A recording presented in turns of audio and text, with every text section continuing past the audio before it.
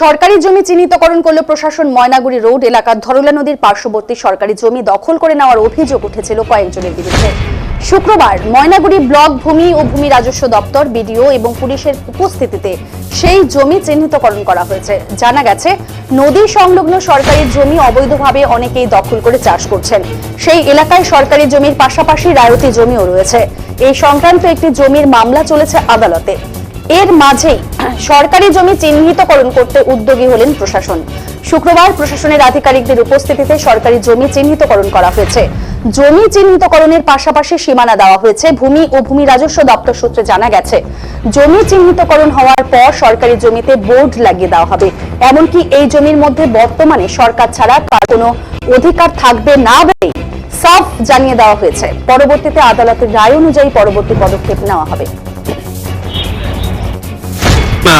একদমই খুব বাজে ব্যাপার। একটা সরকারি জায়গা, তারপরে পাশে একটা মন্দির আছে। সেই সরকারি জায়গায় দীর্ঘদিন থেকে এখানকার লোকাল একজন, তিনি নদী ভরাট করে নিয়ে তারপরে এই আপনারা দেখতেই পাচ্ছেন যে তেজপাতা গাছ লাগিয়েছিল, সেটা নিয়ে বিভিন্ন জায়গায় তদবির করার পর, কমপ্লেন দেওয়ার পর আলটিমেট আজকে একটা জায়গা তৈরি হয়েছে যে সেই জায়গাটা সরকার রিকভারি করছে আর কি। রাজনৈতিক দলের ছত্রছায়া আছেন, তিনি বিজেপি দলের ছত্রছায়া আছেন। বিজেপির তিনি জেলার যুব মোর্চার সভাপতি। তো আপনারা এটা দখল করেছেন। তো আপনারা আমরা পলিটিক্যাল ভাবে করিনি। অ্যাকচুয়ালি এই জায়গাটা হচ্ছে মাধবডাঙ্গা আর হচ্ছে বার্নিশ অঞ্চলের সীমানা। এই জায়গাটা আমরা যে জায়গাটা দাঁড়িয়ে আছি তার জন্যই সেইভাবে হয় না। বেশিরভাগ লোকই বার্নিশ অঞ্চলের মধ্যে আছে, কিন্তু অর্ধেকটা আবার মাধবডাঙ্গার মধ্যেও আছে।